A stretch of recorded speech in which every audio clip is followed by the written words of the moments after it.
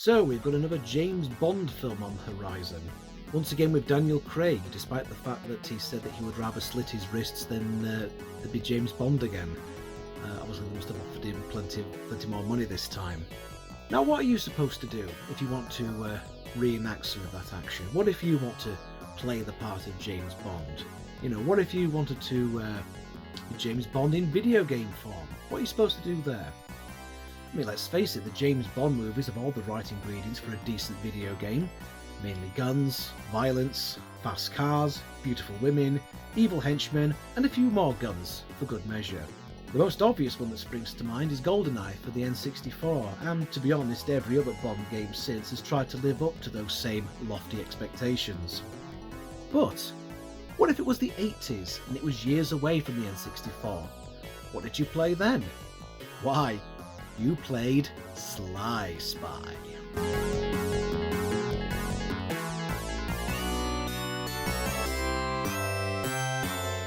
The game itself puts you into the shoes of James, whoever this guy is, the Sly Spy, I guess, who has to stop the Council for World Domination from living up to their name. The game is a collection of action-based set pieces. In some levels you're navigating platforms and shooting baddies, but there's some variation throughout the game where Sly can be seen parachuting from a plane, or riding on a motorcycle, or going scuba diving. Bond influences are all over the place. Sly has more than a passing resemblance to the James Bond actor at the time that this game was made, one Mr. Timothy Dalton, both in the game itself and on the promotion materials. You can even enter your own secret agent code at the start of the game, and of course, you're going to enter 007, aren't you? Unless you're wanting to be one of the characters from Carry On Spying, of course. Number 00. Oh. Oh what? I have no idea. They looked at me and they said, uh-oh, oh. Yeah, I see what you mean. Your character's main weapon of choice is clearly a Walther PPK, which can get upgraded by collecting some of the various power-ups in the game to allow you to utilise a more powerful weapon known as, yes, the Golden Gun. Some of the end-of-level baddies resemble classic Bond villains such as Jaws and Oddjob, and the levels themselves have been influenced by many a Bond film. For example, the aforementioned scuba diving levels, usually a staple in many a decent Bond film. And the final level has clearly been influenced by Moonraker. I'm only surprised that there isn't a level where Sly fights off baddies in black jumpsuits with lemon piping whilst he's skiing off the edge of a cliff. So what's the game like? Well, none of the levels are particularly long, so it's not as if you'll quickly get bored with it, as there's, again, plenty of variation. It plays a lot like Bad Dudes and Rolling Thunder, which are another couple of games I particularly enjoy. The final level is a boss rush where you fight all the previous bosses from the other levels one after the other, before taking on the lead villain, who is clearly the head of the CWD. This guy could be any of the main baddies from the Bond films, Blowfield, Goldfinger. Then we get the US President appearing on screen, who looks rather familiar, and he tells you to go back again as you've missed a few things. Now, you might think that you're going to have to start the game all over again, like with Ghouls and Ghosts, but it turns out that what he's referring to, what Sly needs to go back and pick up, is this bevy of blonde and brunette beauties. Yep, it really is the most unsubtle rip-off in the history of video games, and they got away with it too. It's a wonder why the James Bond license wasn't slapped all over this. It's the best James Bond game that isn't actually a James Bond game, which does make me wonder if this didn't start off as an intended official James Bond game at some point before the license got pulled, or something like that. After all, Data East had already done a couple of games based off the RoboCop license. Oh, and speaking of RoboCop, like a lot of Data East's other games, it's fun to spot some of the references to their other titles, making cameo appearances in Sly Spy. Some references are a little more subtle. For example, the Oddjob boss also looks like he's been slightly altered from the Karnov sprite from Bad Dudes. Was this just to save time? Or was it a sneaky way of getting Data East's mascot into the game by having him play dress-up as a Bond villain? And at the start of the very last level, you come across the headless corpse of who we can only assume is RoboCop. Yes, even OCP's finest couldn't take down the CWD. and because one good reference deserves another, a Sly Spy arcade machine appears in the background during a scene in the 1990 movie RoboCop 2.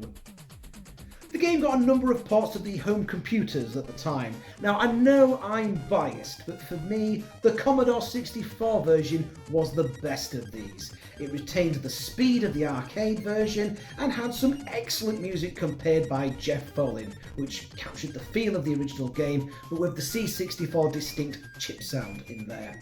It was actually one of the first games I ever played for my trusty Commodore 64 back in the day.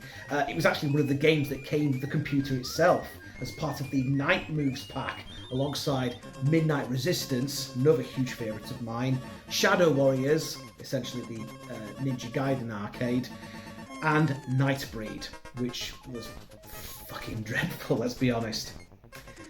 However, with Sly Spy, as each level had to be loaded separately, and the game was on not one cassette but two cassettes, because yes, we had cassettes back in those days, you had to put a considerable amount of time to one side in order to play this, mainly because each individual level took a while to load, and sometimes in my experience some of the levels on Take 2 wouldn't load at all.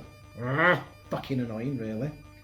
Still, this is one of the best games that Ocean Software ever put out for Commodore's trusty little bread bin.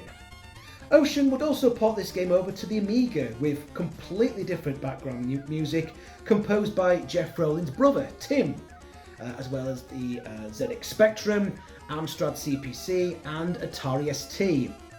Now sadly, although these do look very good for these home computers at the time, they are a little slow in places.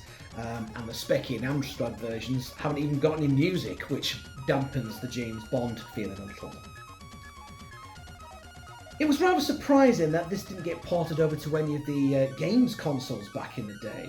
The Mega Drive in particular got a really good version of Midnight Resistance, so I'm surprised it didn't also get a conversion of Sly Spy. I'm sure that either the Mega Drive or the SNES could have made a very faithful conversion of the arcade original. Sly Spy is certainly a lot more enjoyable than the official James Bond The Duel game that was released for the Mega Drive, which was a bit poor, to be honest. Whenever I played that game, I couldn't help but compare it rather unfavourably to Sly Spy. The game was included as part of a compilation of Data East arcade classics, but this was released for the Nintendo Wii only and it never left Japan as far as I can tell. However, these days the game can still be played and enjoyed due to its more recent release on the Nintendo Switch. And to be honest, the Nintendo Switch has turned into this fantastic place where you can pick up old school sort of arcade favourites and play them on the go. Bubble Bobble being another sort of more sort of recent release that's been released on the Switch. And to be honest, Sly Spy really is a great game to have on handheld. As a game, it's not particularly long. It would probably take you about 10 to 20 minutes to complete, which makes it ideal for a short car or train journey. Of course, you could emulate it via MAME, but I couldn't possibly suggest that you do that. In conclusion, the game is a short but sweet ride on Her Majesty's Secret Service, where your definitely not James Bond character saves the Yankees from nuclear terrorism whilst delivering very little to fault or recommend for what it is. A perfect representation of what a good arcade game used to be in the 80s. It was always a childhood favourite of mine, both on the Commodore 64 and at the arcades, and every so often when I've got a spare 10 minutes I will still give it a quick go for old time's sake. For England, Sly.